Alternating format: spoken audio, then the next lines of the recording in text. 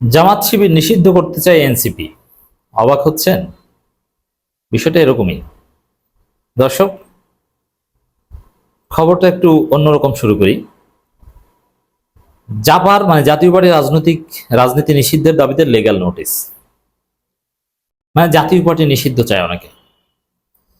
জাতীয় পার্টি নিষিদ্ধ কি না, নিষিদ্ধ করা উচিত কিনা সেই প্রশ্ন আলোচনা করব। তার আগে জাতীয় পার্টি নিষিদ্ধ চায়, এটা আশ্চর্য হওয়ার কিছু নেই। আরে জামাত শিবির কিন্তু নিষিদ্ধ চাই, এনসিপি মাহফুজরা।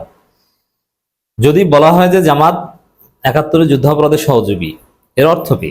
যারা যুদ্ধাপরাধের সহযোগী তাদেরকে নিষিদ্ধ করা উচিত।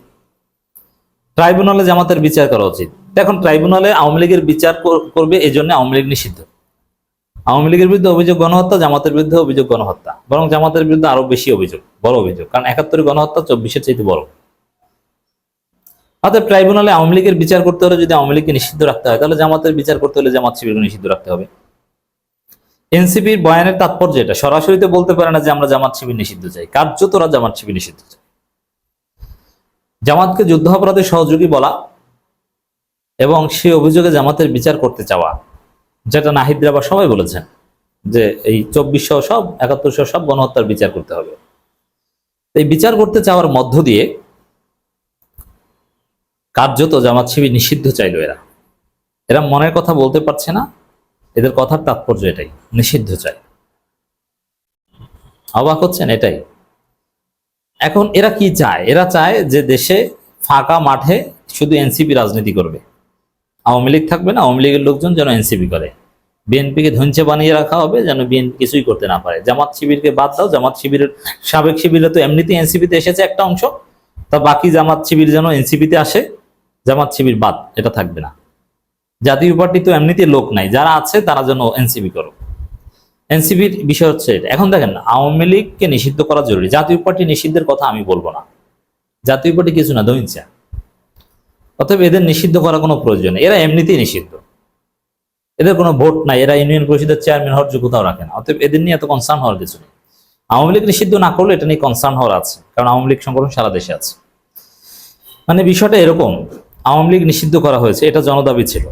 এখন ওই আওয়ামী লীগ নিষিদ্ধের জনদাবির উপর ভিত্তি করে সাথে সাথে কিন্তু জামাতের প্রসঙ্গ টেনে আনা হয়েছে। এরপরে এখন জাতীয় পার্টিকে ধরা হচ্ছে, এরপরে দেখবেন যে প্রকাশ্যে জামাত শিবির নিষিদ্ধ চাওয়া হবে। এর মানে চালাকিটা দেখেন, জনদাবির সাথে জামাতের বিষয়টা ঢুকিয়ে দেওয়া। আওয়ামী লীগ নিষিদ্ধ সত্যিকার অর্থে জনদাবি, জামাতই সে নিষিদ্ধের আন্দোলন করেছে, তারপরে সেটার সাথে জামাতেরটা ঢুকিয়ে দেওয়া। এর মানে জনদাবির সাথে জামাতকে ঢুকিয়ে দেওয়া, খুব সূক্ষ্মভাবে জামাতকে নিষিদ্ধ করতে, জামাতের রাজনীতি ধ্বংস করতে, জামাতকে হত্যা করার মহাপরিকল্পনা চলছে অতি সূক্ষ্মভাবে।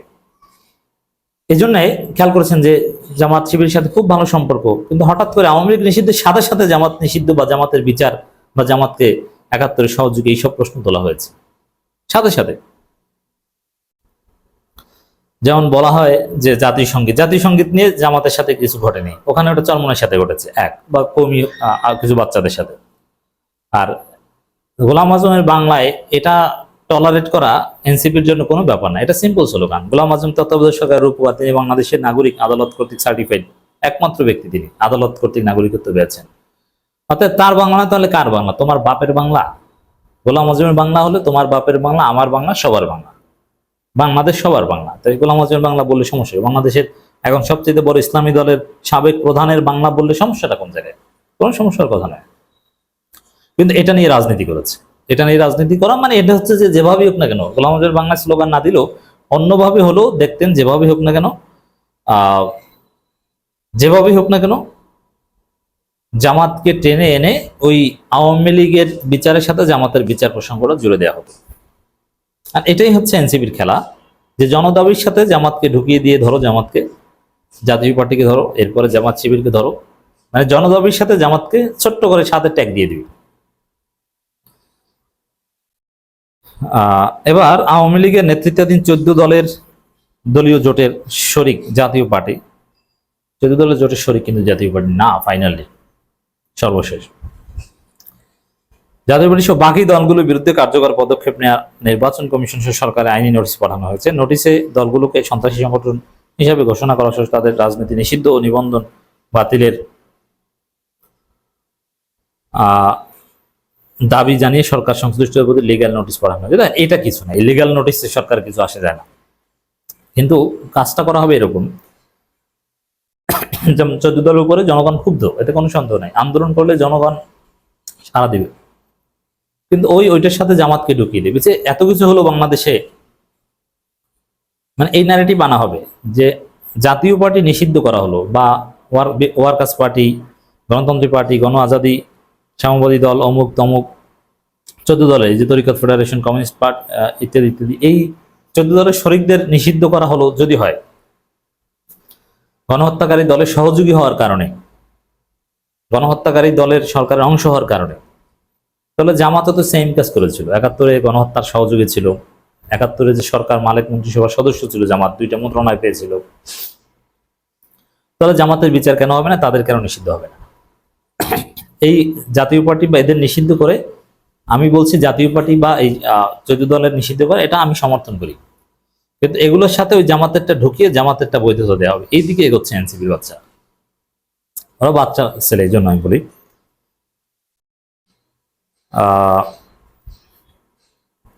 নাগরিক পার্টির কর্মী পরিচয় দেওয়া হোসাইন মোহাম্মদ আনোয়ারের পক্ষে আইনজীবী সালাউদ্দিন রিগান এই নোটিশ পাঠান, প্রধান নির্বাচন কমিশন, আইন সচিব ও প্রধান উপদেষ্টার মুখ্য সচিব বরাবর এই নোটিশ পাঠান। এটা মানে এটা ওই এনসিপির খেলা, এনসিপি ওই এটা বলতে পারবে যে না, আওয়ামী লীগ সহযোগীরাও নিষিদ্ধ হচ্ছে, অতএব সেই 71-এ যুদ্ধাপরাধের সহযোগীদেরও নিষিদ্ধ করতে হবে। 71-এর যুদ্ধাপরাধ, এই টার্মটা কার, এই পরিভাষাটা কে তৈরি করেছে? 74 সালের সিমলা চুক্তির মধ্য দিয়ে যুদ্ধাপরাধ এই ঘটনার একদম সমাধান হয়েছে, forget and forgive. Doctor Kamal Hossain ছিল সেই ক্ষমায়, মানে এটা কিন্তু 74 সালে ক্লোজ হয়ে গেছে সিমলা চুক্তির মাধ্যমে, কিন্তু তারপরও আবার যুদ্ধাপরাধী এটা বাংলাদেশের রাজনীতিতে টেনে আনা, এটা ইন্ডিয়ার তৈরি, কারণ ওইটাই এনসিপির ছেলে এটা খাচ্ছে, বুঝতে পারছেন?